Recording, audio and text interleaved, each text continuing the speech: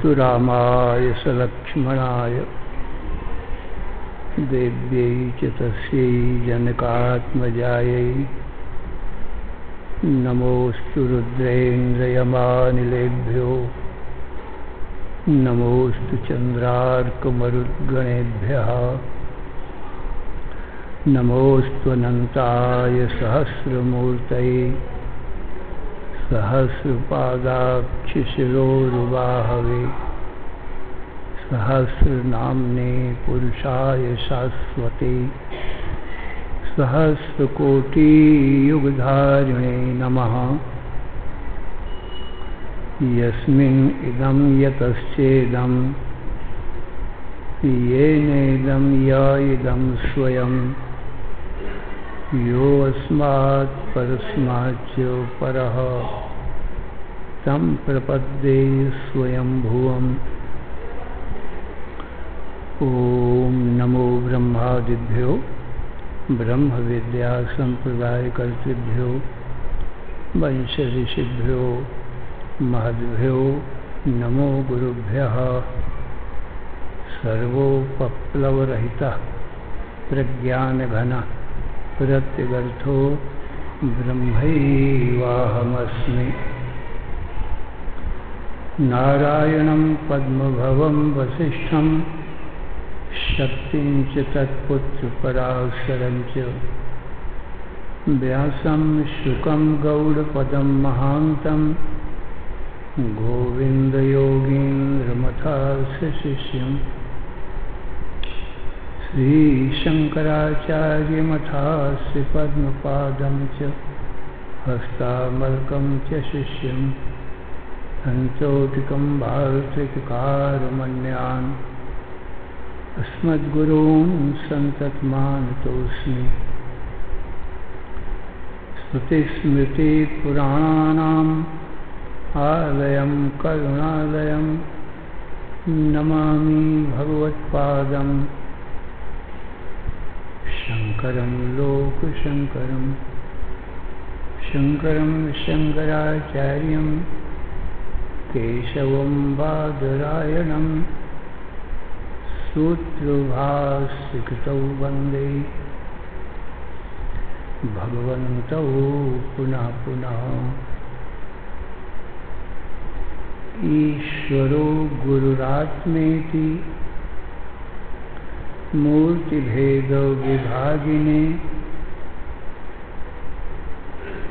व्योमवद्व्याप्तदेहाय दक्षिणामूर्तये नमः। अशुभानिराचष्टे तनोति शुभसन्ततिं स्मृतिमात्रेण यत्पुंसां ब्रह्म तन्मङ्गलं परम्। अतिकल्याणरूपत्वान् नित्यकल्याणसंश्रयात् स्मृतीनां वरदत्वाच्च ब्रह्म तन्मङ्गलं विदुः। ओंकारश्चाथ शब्दश्च द्वैतौ ब्रह्मणः पुरा कण्ठं भित्त्वा विनिर्यातौ तस्मान्माङ्गलिकौ उभौ। ॐ तत्सत्परब्रह्मणे नमः। श्रीराम जय जय राम। श्रीराम जय जय राम। श्रीराम जय जय राम। श्रीराम जय जय राम। धर्म की अधर्म का प्राणियों में विश्व का हर हर महादेव।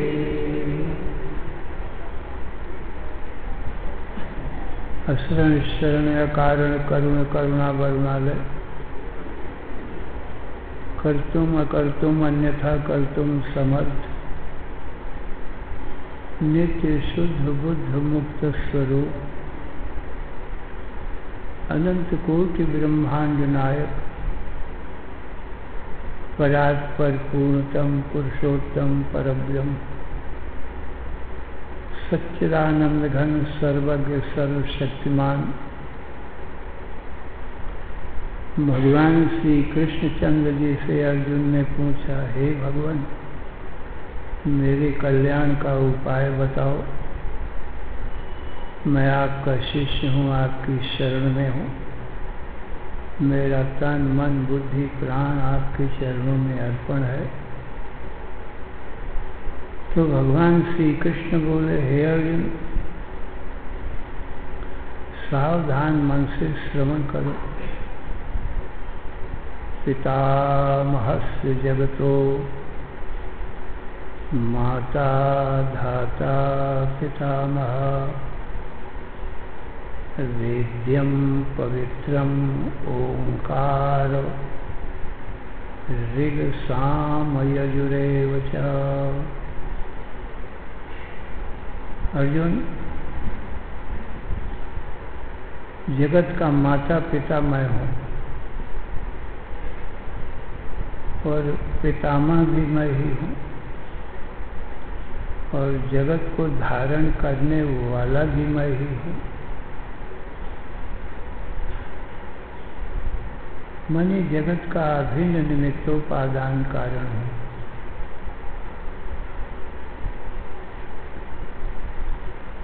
लोक में किसी वस्तु के निर्माण के लिए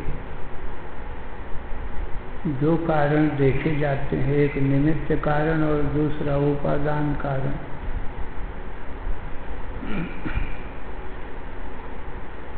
जैसे घट का उपादान कारण मिट्टी है और निमित्त कारण कुंभकार है। उपादान कारण तो अपने कार्य के कण कण में व्यापक होता है और निमित्त कारण कार्य करके अलग हो जाता है। वो कार्य में व्यापक नहीं होता है।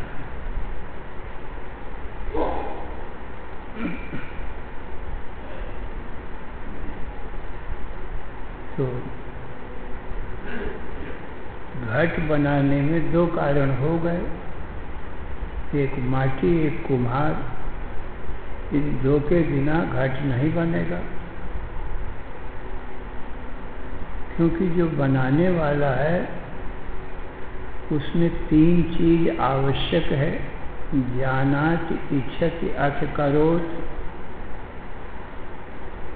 उसको कार्य बनाने का ज्ञान होना चाहिए और इच्छा होनी चाहिए और फिर कर्म होना चाहिए। इन तीनों के संयोग से कोई कार्य बनता है। तो जो कुंभकार है वो घट बनाने का ज्ञानी है, जानकार है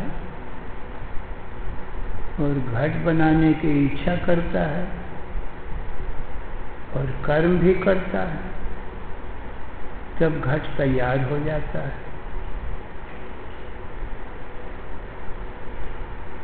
और इन तीनों के बिना घट नहीं बनेगा। मान लो जानता तो है घट बनाना, परंतु इच्छा नहीं करता है, तो घट नहीं बनेगा केवल जानने मात्र से। और जानता भी है, इच्छा भी करता है, परंतु कर्म नहीं करता है, तो भी घट नहीं बनेगा। तीनों के संयोग से घट बनेगा। घट का ज्ञान और घट बनाने की इच्छा और क्रिया कर्म, तीनों मिल करके तब घट बन जाएगा।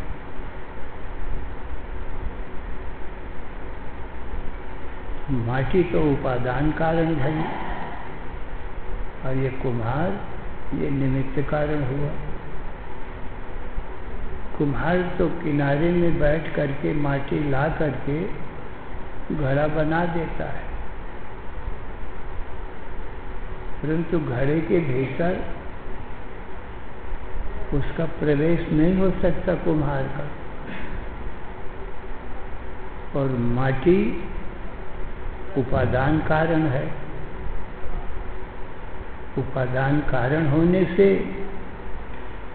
उसका माटी का अपने कार्य घट के भीतर प्रवेश है। घट के भीतर माटी व्यापक है। माटी बिना घट नहीं रह सकता है। एक क्षण भी माटी के बिना घट नहीं रह सकता है। और माटी से जुदा भी घट नहीं हो सकता है।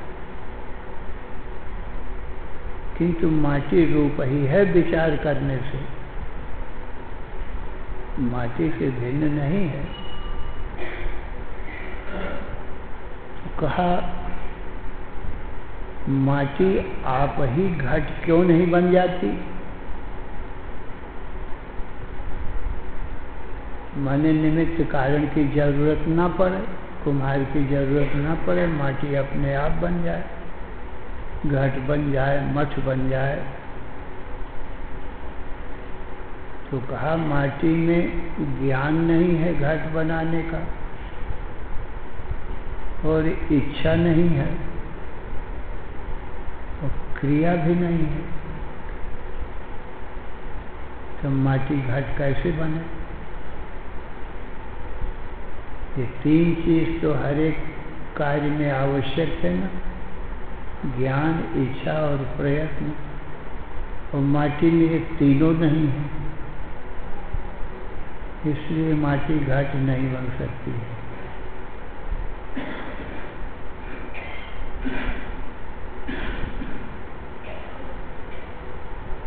इसी प्रकार से प्रत्येक कार्य में समझ लेना, एक निमित्त कारण, दूसरा उपादान कारण। इन दो से ही संसार में कोई भी कार्य बनता है। भोजन बनाना है तो गेहूं, जौ, चना अपने आप तो रोटी, दाल, चावल नहीं बन जाएगा, क्योंकि गेहूं, जौ, चना को ज्ञान तो है नहीं, न इच्छा है और न कर्म है, इसलिए अपने आप भोजन नहीं बनेगा। उपादान कारण तो हो जाएगा गेहूं, जौ, चना, परंतु निमित्त कारण नहीं बन सकता है। कोई दूसरा बनावे जो ज्ञानवान हो, इच्छावान हो, प्रयत्नवान हो, वो बना सकता है। तो जिसको भोजन बनाने का ज्ञान है और इच्छा करता है और प्रयत्न भी करता है, तो भोजन बन जाता है।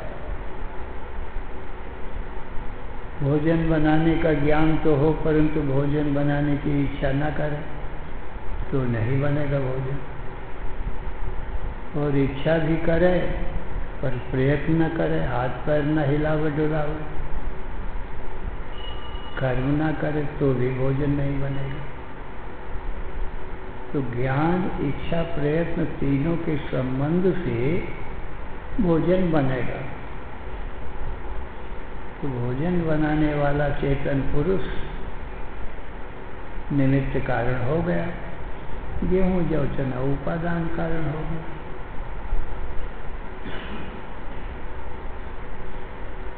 परंतु संसार में उपादान कारण भी आप ही हो, निमित्त कारण भी आप ही हो,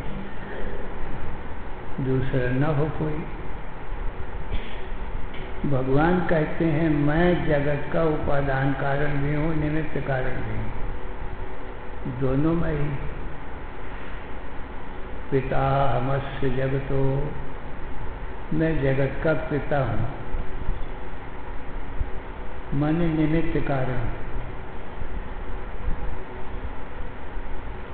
और माता भी हूँ माने उपादान कारण भी।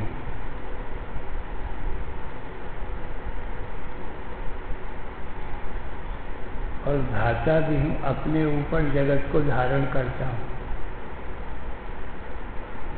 और पितामह भी हूँ माने मेरा कोई पिता नहीं है, इसलिए मुझे ही पितामह कहते हैं।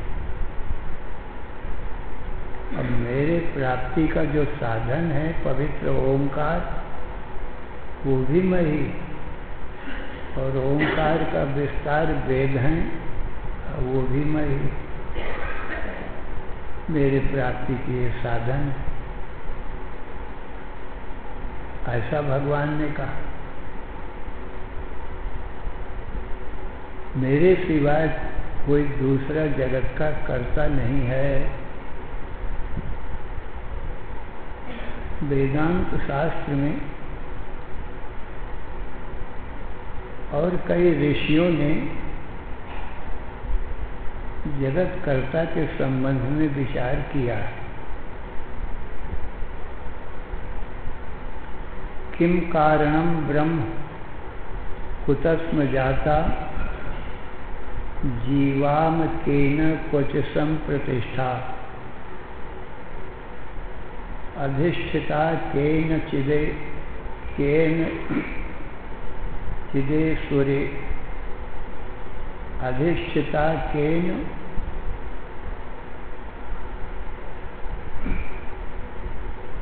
वर्तामहे ब्रह्मविदो व्यवस्थाम्।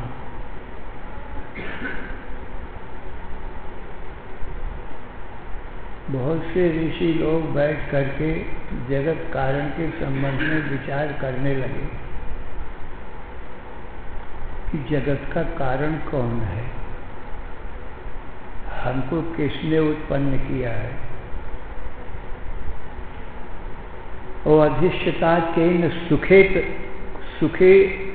इतरेषु, सुखे इतरेषु, सुख और इतर माने दुख। कौन हमको सुख और दुख में लगाता है, ये व्यवस्था कौन करता है। तो बहुत से ऋषि लोग विचार कर रहे थे। किसी ऋषि ने कहा काला स्वभावो नीतिरी अभिच्छा। सब अपने अपने विचार प्रकट कर रहे हैं। किसी ने कहा काल से जगत उत्पन्न होता है, किसी ने कहा स्वभाव से जगत उत्पन्न होता है, किसी ने कहा नियति से जगत उत्पन्न हो, नीति माने कर्म, कर्म से जगत उत्पन्न होता है। किसी ने कहा यदृच्छा माने अपने आप, अकस्मात अपने आप उत्पन्न हो जाता है। कालः स्वभावो नीतिर्यदृच्छा। किसी ने कहा भूतानि, ये जो महाभूत हैं यही जगत के कारण हैं। नीतिर्यदृच्छा भूतानि। कालः स्वभावो नीतिर्यदृच्छा भूतानि योनिः पुरुष इति चिंत्या। किसी ने कहा प्रकृति जगत का कारण है, नीतिर्यदृच्छा भूतानि योनि। तो कालः स्वभावो नीतिर्यदृच्छा भूतानि योनि पुरुष इति चिंत्या। किसी ने कहा पुरुष जगत का कारण है, पुरुष का अर्थ जीव है। यहाँ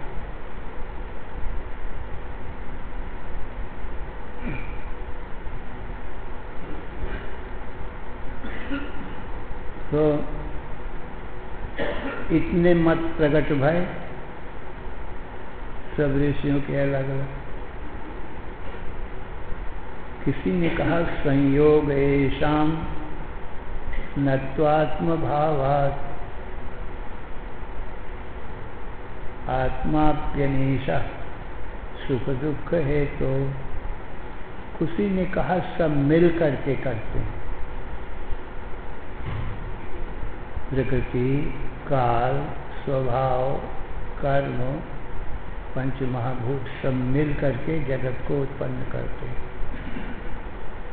किसी ने कहा पुरुष जीवात्मा जगत को उत्पन्न करता है। इतने मत ऋषियों ने बताए अपने अपनी इच्छा अनुसार, बुद्धि के अनुसार। तो जो व्यास जी महाराज थे वो विष्णु के अवतार हैं, वो सर्वज्ञ है विष्णु के अवतार होने से। उन्होंने कहा काल, स्वभाव, नियति, यदृच्छा, भूतानि और प्रकृति, इनको ज्ञान नहीं है, इच्छा नहीं है, प्रयत्न नहीं है, इसलिए ये जगत नहीं बना सकते अपने आप।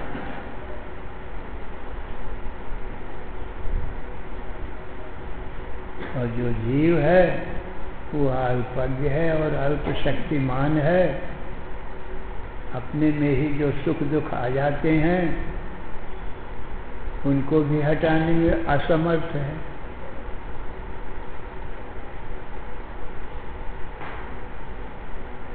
न तो भूतों को, पंच महाभूतों को, परमाणुओं को कुछ ज्ञान है कि पंच महाभूत अपने आप जगत कैसे बना देंगे। और जो काल है, दिन रात मास वर्ष युग कल, इसको भी कुछ ज्ञान नहीं है, इच्छा नहीं, प्रयत्न नहीं है, इसलिए काल भी जगत नहीं बना सकता है। और जो कर्म है, कर्म को कुछ ज्ञान नहीं है, कर्मों का कर्ता तो ज्ञानवान होता है पर कर्मों को तो कुछ ज्ञान नहीं है।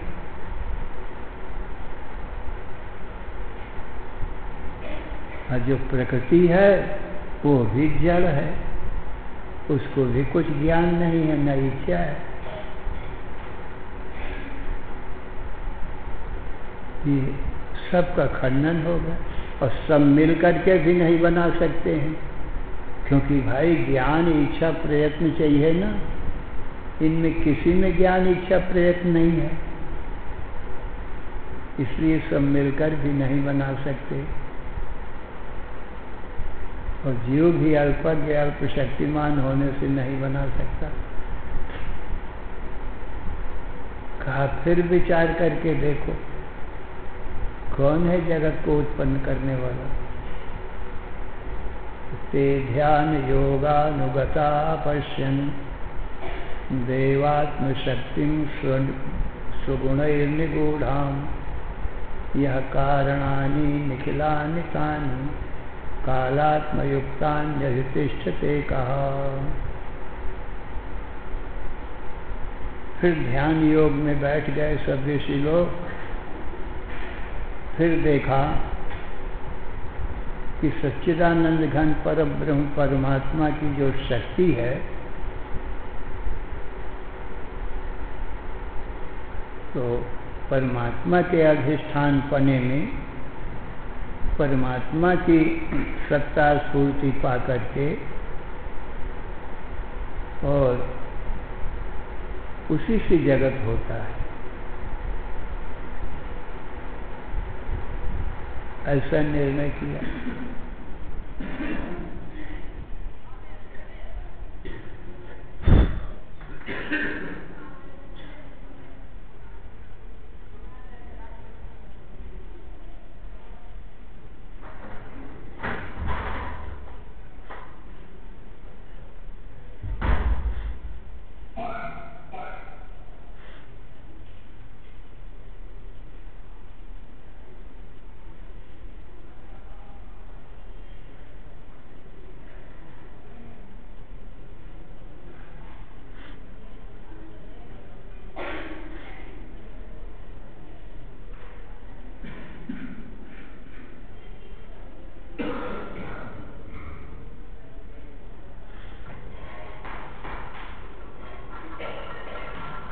परमात्मा ईश्वर ही जगत का कारण है,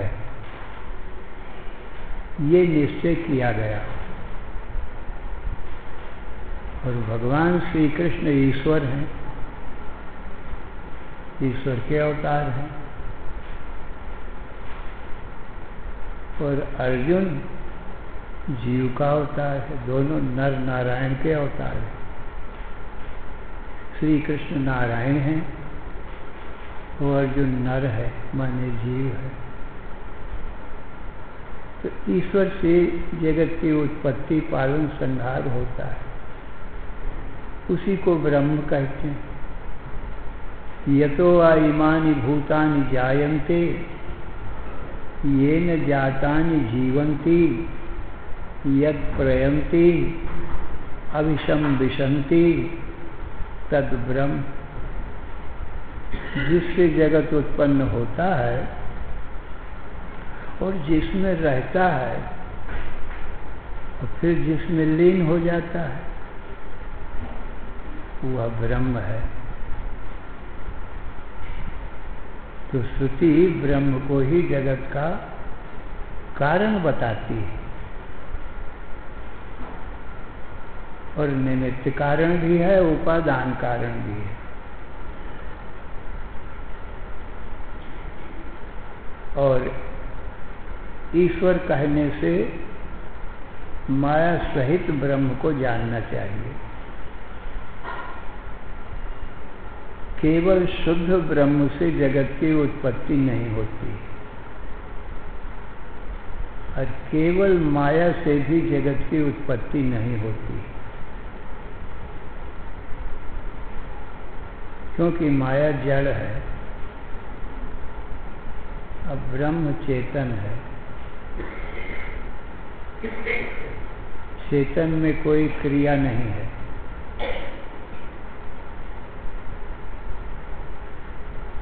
और माया जड़ है, इसमें ज्ञान नहीं है।